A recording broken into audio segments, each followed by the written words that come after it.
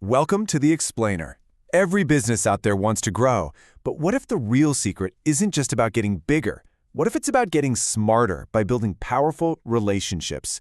Today, we're going to explore how collaboration is completely rewriting the rules of expansion. So why this constant pressure to grow, anyway? Well, in today's business world, standing still is basically the same as moving backward. I mean, think about it. Your competitors are always pushing ahead. So just to keep your head above water, you've got to be planning your next move. It really is a race with no finish line. So here's our game plan. We'll start with that constant need for growth. Then look at a more flexible path forward. From there, we'll open up the playbook on alliances and ventures, check out how companies leverage existing brands, and finally, we'll see why the future of business is all about collaboration. Okay, let's kick things off with the classic, old-school ways businesses have always tried to get bigger. Historically, you really only had two main options, and both of them are pretty rigid. On one hand, you've got internal growth.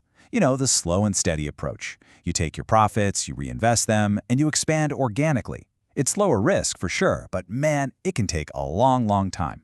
Then you have the other option. Just go out and buy another company. It's way faster, but it is incredibly high risk, and it permanently changes your business, for better or, for worse. But what if there's a third way? Something that isn't so extreme. Not slow and safe, but not fast and risky either. Well, this is exactly where partnerships come into play. They've become super popular for a reason. They offer a much more agile and flexible way to grow. And here's the real magic of a partnership. It's flexibility. See, unlike a permanent merger, a partnership can be designed to last only as long as it makes sense for everyone involved. This lets businesses team up for a specific project or a single goal, all without that scary lifelong commitment. Okay, so let's get into the nitty-gritty. Two of the most common partnership plays are strategic alliances and joint ventures. Now, they might sound pretty similar, but trust me, there's a crucial difference between them, as you're about to see. First up is the strategic alliance. This is where two or more independent companies agree to cooperate. But, and this is the key detail, they don't create a new company. Think about an airline alliance like oneworld. It lets British Airways sell you a ticket on a flight that's actually flown by its partner, Japan Airlines. They're working together, sharing customers, but they haven't merged into one giant airline. So what's the big appeal? Well, alliances let you share the risks, you can split the costs, and you can even share knowledge, which is great for speeding up R&D. But of course, there are risks. You're basically betting that your partner actually has the skills they say they do, and that they're going to commit 100% to the project. If they don't, the whole thing can fall apart. Now, this is where we see the massive difference with our next model. An alliance is all about cooperation between companies that already exist. A joint venture, on the other hand, is about creation. The partners actually come together to build and co-own an entirely new, legally separate company. A joint venture is a much bigger commitment, no doubt about it. You've got two companies that find a common goal, and they decide the best way to get there is to build a whole new business from the ground up, one that they both own a piece of. And this new company could be just for a single project, or it could be built to last for years. And these joint ventures, they come in different flavors. You've got project-based ones, like AstraZeneca and Oxford University teaming up for a single mission. You've got functional ones where you combine different skills, like H&M partnering with a recycling firm. There are also vertical ventures, like between a buyer and supplier. Think Honda and LG making EV batteries together. And get this, you can even have horizontal ventures where direct competitors like Polaris and Zero Motorcycles actually team up to get an edge.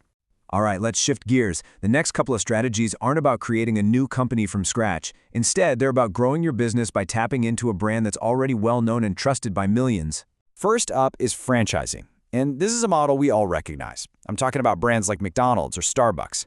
A parent company, the franchisor, sells the right to use its entire brand and its whole business system to an independent operator, the franchisee. And just how effective is this model? Well, check this out. Research in the UK found that a staggering 97% of franchise businesses turn a profit. That is the incredible power of plugging into instant brand recognition. But it's a trade-off, right? For the person opening the franchise, the pros are huge. You get a famous brand name from day one, plus tons of training and support. The catch? You have very little control over your own business. You have to follow the franchisor's rulebook to the letter.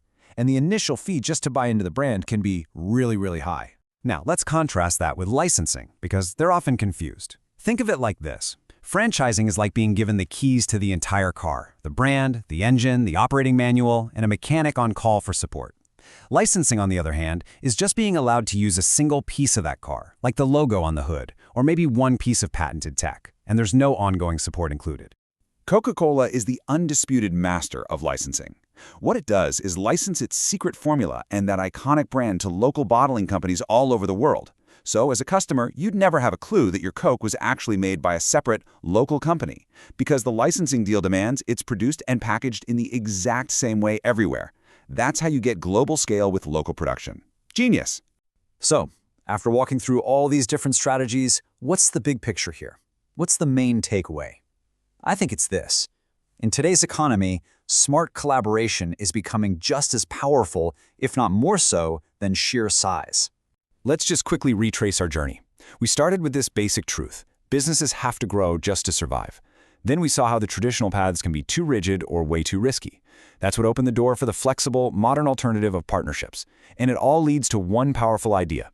Maybe it's not about being the biggest anymore. Maybe it's about being the best connected. And this leaves us with a really fascinating and maybe even provocative thought for the future. If collaboration is this powerful, could we see a time where networks of smaller, specialized businesses partner up to effectively challenge the giants of their industry? Could a web of alliances actually take on a titan? It's definitely something to think about.